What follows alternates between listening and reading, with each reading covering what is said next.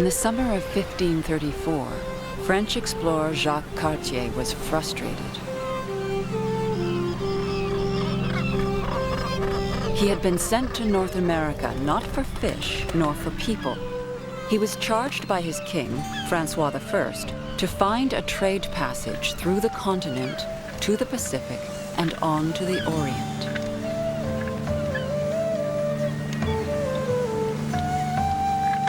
Cartier left the French seaport of Saint-Malo and set a course for Newfoundland.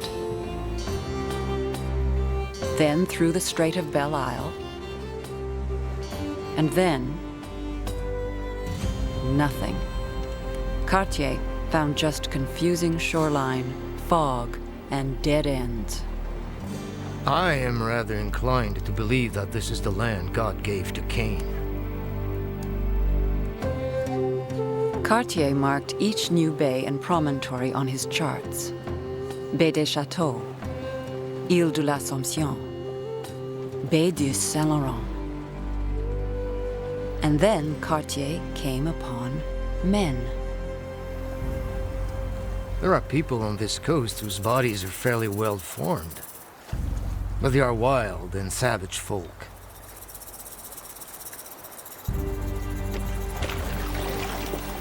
Cartier sent some of his men ashore, loaded with trade goods.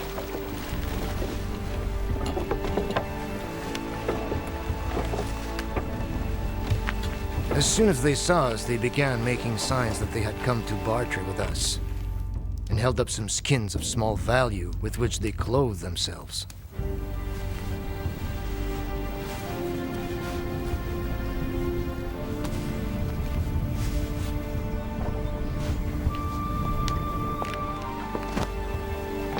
We offered them some knives and other iron goods to give to their chief.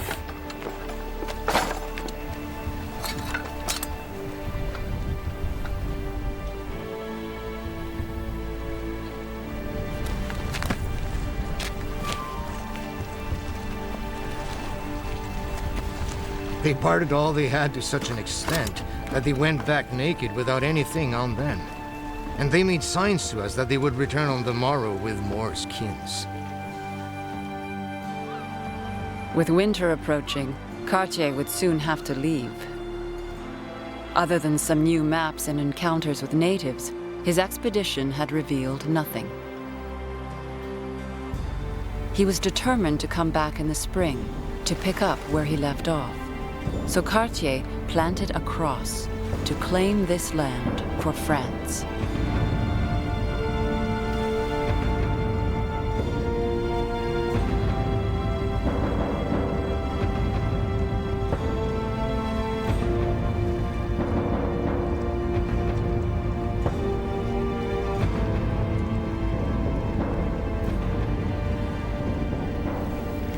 The chief was dressed in an old black bear skin.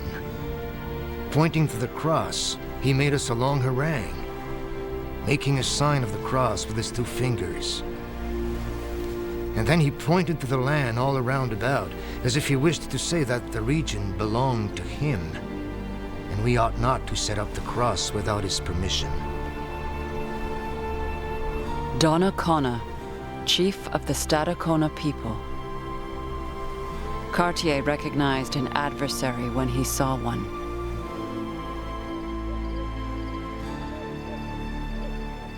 We held up an axe to him, pretending we would barter it for his skins.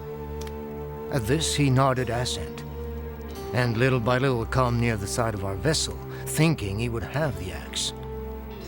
But one of our men who was in our dinghy caught hold of his canoe, and at once 2 or 3 more stepped down into it and made them come on board our vessel, at which they were greatly astonished.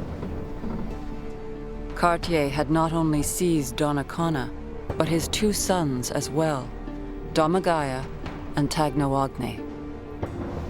We explained to them by signs that the cross had been set up to serve as a landmark and guidepost on coming into the harbor, and that we would soon come back and would bring them iron wares and other goods. We told him that we wished to take 2 of his sons away with us, and afterwards would bring them back again to that harbor. Cartier dressed the sons in European clothes and told Donnacona that they would meet the King of France, then come back the following spring to act as his guides. Then Cartier could sail directly into the river and beyond, to the Orient.